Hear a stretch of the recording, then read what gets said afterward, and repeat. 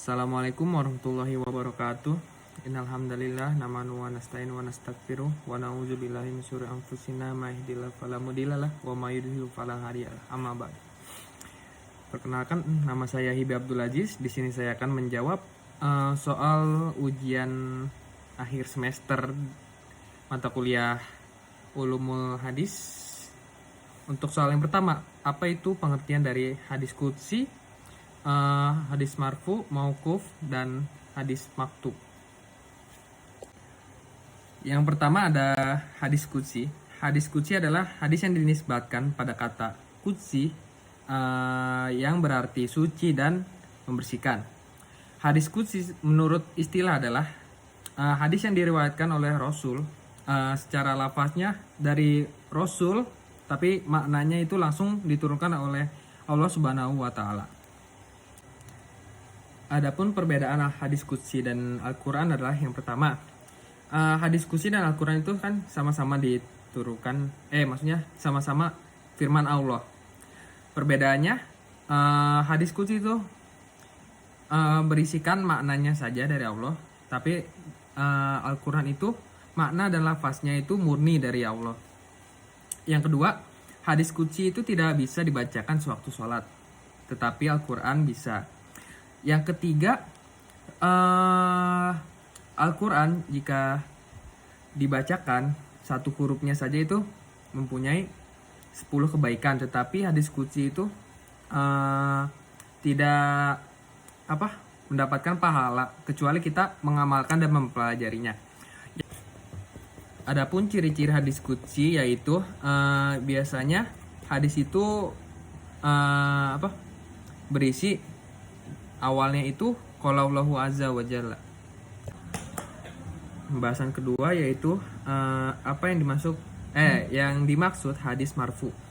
Hadis marfu adalah hadis yang sanadnya bersambung kepada Nabi Muhammad SAW, yang artinya segala hadis yang mempunyai perawi dan sanadnya itu bersambung pada Nabi Muhammad SAW, itu adalah hadis marfu.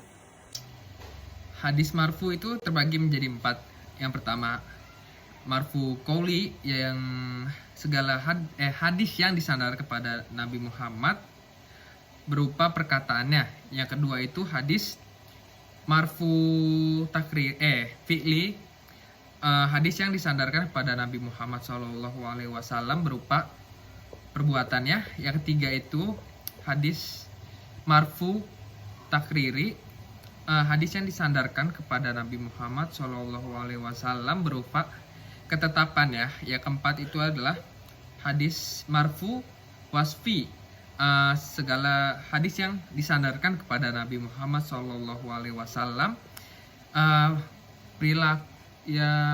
perilaku dan fisik beliau. Yang selanjutnya adalah hadis mauquf.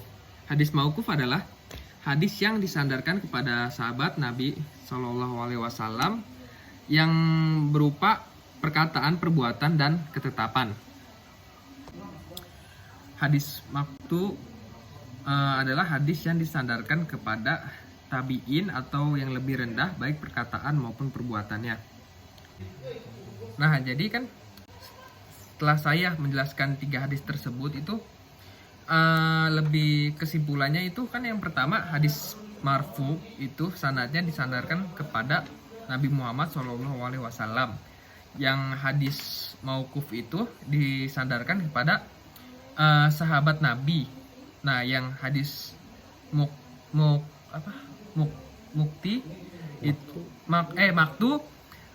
adalah hadis yang disandarkan kepada tabi'in atau yang lebih rendah.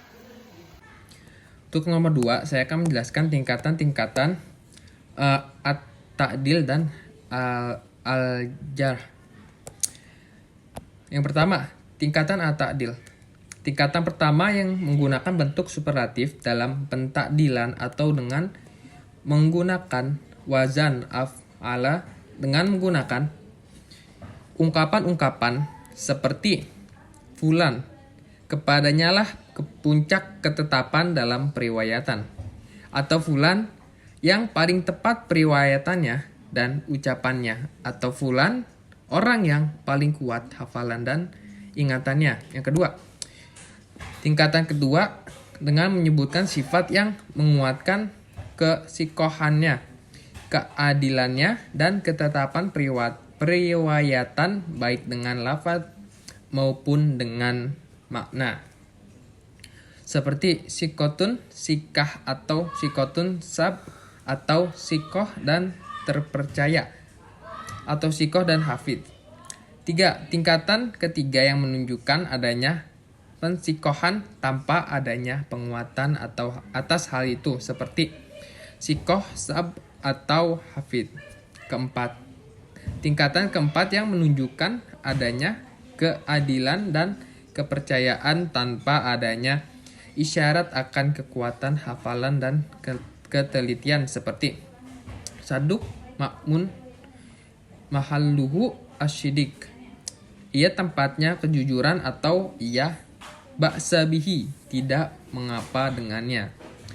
Khusus untuk Ibnu Ma'in, kalimat la ba'sabihi adalah sikoh, atau Ibnu Ma'in dikenal sebagai ahli hadis yang mustasyaddid, sehingga lafaz yang biasa saja bila ia ucapkan sudah cukup untuk menunjukkan kesakohannya perawi tersebut. Yang kelima, tingkatan kelima yang tidak menunjukkan adanya pensikohan ataupun celaan, seperti fulan syekh, fulan dalam kurung fulan seorang syekh, ruwiya anhul hadis yang diriwayatkan darinya hadis, atau hasanun hadis yang baik hadisnya. 6. Tingkatan ke-6 isyarat yang mendekati celaan jarh, seperti solihul hadis, hadisnya lumayan, atau yuktabu hadisu, ditulis hadisnya. Yang kedua, ada al-jarh.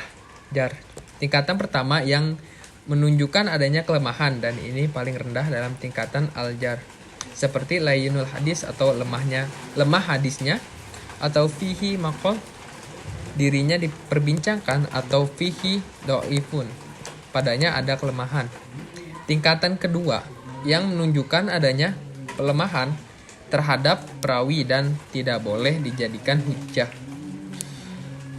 seperti fulan tidak boleh dijadikan hujjah atau dhaif, atau ia mempunyai hadis yang munkar, atau majhul, tidak diketahui identitas atau kondisinya. Yang ketiga, tingkatan ketiga yang menunjukkan lemah sekali dan tidak boleh ditulis hadisnya, seperti fulan dhaif jiddan, dhaif sekali, atau tidak ditulis hadisnya, atau tidak halal periwayatan darinya, atau laisa bi syai'in, tidak ada apa-apanya.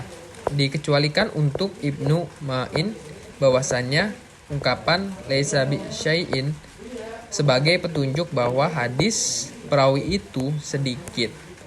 Tingkatan keempat yang menunjukkan tuduhan dusta atau pemalsuan hadis, seperti fulan muttaham bil kazib, dituduh berdusta, atau dituduh memalsukan hadis, atau mencuri hadis, atau matruk yang ditinggalkan, atau laisa bisikoh, bukan orang yang terpercaya.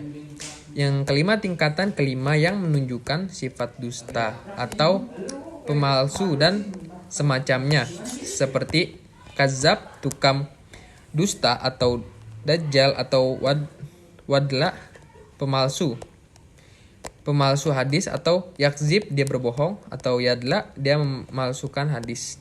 Tingkatan keenam yang menunjukkan adanya dusta yang berlebihan, dan ini seburuk-buruknya tingkatan, seperti fulan orang yang paling pembohong, atau ia adalah puncak dalam kedustaan, atau dia rukun kedustaan. Untuk nomor 3, apa yang dimaksud sanad ali dan sanad nazil, serta sanad apa yang paling utama. Sanad ali dan sanad nazil. Pertama, sanad ali. Sanad ali adalah sanad yang jumlah perawinya lebih sedikit, nazil yang jumlahnya lebih banyak. Dan menurut para ulama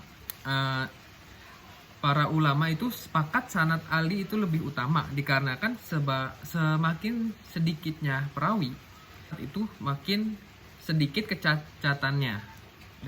Yang keempat adalah ada hadis, apa itu pengertian hadis mubham dan bagaimana hukum untuk mengamalkannya. Hadis mubham adalah hadis yang sanadnya dalam sanadnya itu ada perawi yang tidak disebutkan namanya. Dan untuk hukum mengamalkan hadis tersebut adalah yang pertama itu tidak boleh, karena jika perawi yang menyebabkan hadis itu mubham tidak diketahui siapa orangnya itu.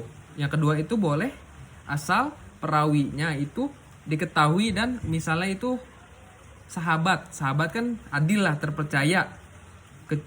Dan misalnya pokoknya perawi-perawi yang termasuk dalam kategori baik. Yang nomor kelima itu jelaskan apa yang dimaksud dengan kitab jami, musnad, sunan, dan ajza. Yang pertama itu kitab jami. Kitab jami adalah kitab yang berisikan hadis-hadis yang tidak terfokus terhadap satu masalah. Yang berarti itu maksudnya itu lengkap kitabnya, berisikan hadis-hadis apa saja. Yang kedua itu kitab musnad. Kitab musnad adalah kitab yang berisikan hadis yang disusun berdasarkan nama perawi pertamanya. Yang selanjutnya adalah kitab sunan. Di dalam kitab sunan kitab sunan adalah kitab yang berisikan bab-bab fikih. Yang selanjutnya adalah kitab ajza, yaitu kitab yang berisikan hadis untuk tema-tema tertentu.